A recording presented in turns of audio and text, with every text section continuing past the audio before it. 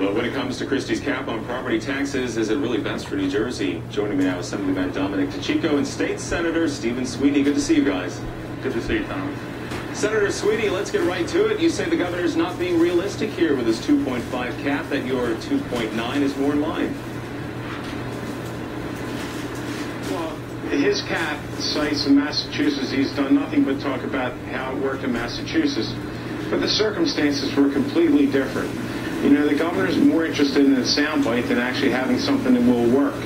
And that's what's important, is putting something in place that's not going to jeopardize public safety or the quality of our communities, but will reduce taxes. The governor's position is simple. It sounds good. It's a wonderful plan, 2.5%, but it's not real. I know you basically want to allow local governments to bank the difference between that 2.9 cap. Is that the way to go, Assemblyman? Well, obviously not. We've had 10 years of political band-aids and promises that have not worked. That's a fact. We know that. We know Massachusetts worked. It attacked the problem, and it worked. We have hard data. I have to ask why the other side is so afraid of letting the voters decide this issue and put it on the ballot so it's an up or down vote. This isn't the governor's choice. Let the people vote up or down. If they vote yes, then they have spoken. Isn't that what we're supposed to be about? That is the ultimate question here, Senator. What about the voters? Shouldn't they have control? Thomas, listen, the voters do have control. They elected Assemblyman DiCicco and myself. They do have control. We did a cap. We did a cap 3 years ago. It took an average tax increase of 7% down to 3.3. We have proof that what we've done does work, and we continue to refine it to make it work even better. You know, no one's going to say the taxes are low in New Jersey. In fact, why 2.5%? I think we should be at 0. I think we should get to a point where we don't see increases in taxes. And I think the people in New Jersey have had enough. We collect plenty of money in taxes. It's the way we spend money. The governor's not attacking the true problems. He's got a soundbite, the Massachusetts model. But, you know, no one's saying where the billions of dollars would come to, like it was in Massachusetts, where they gave influxes of cash to all these communities when they put the cap in place.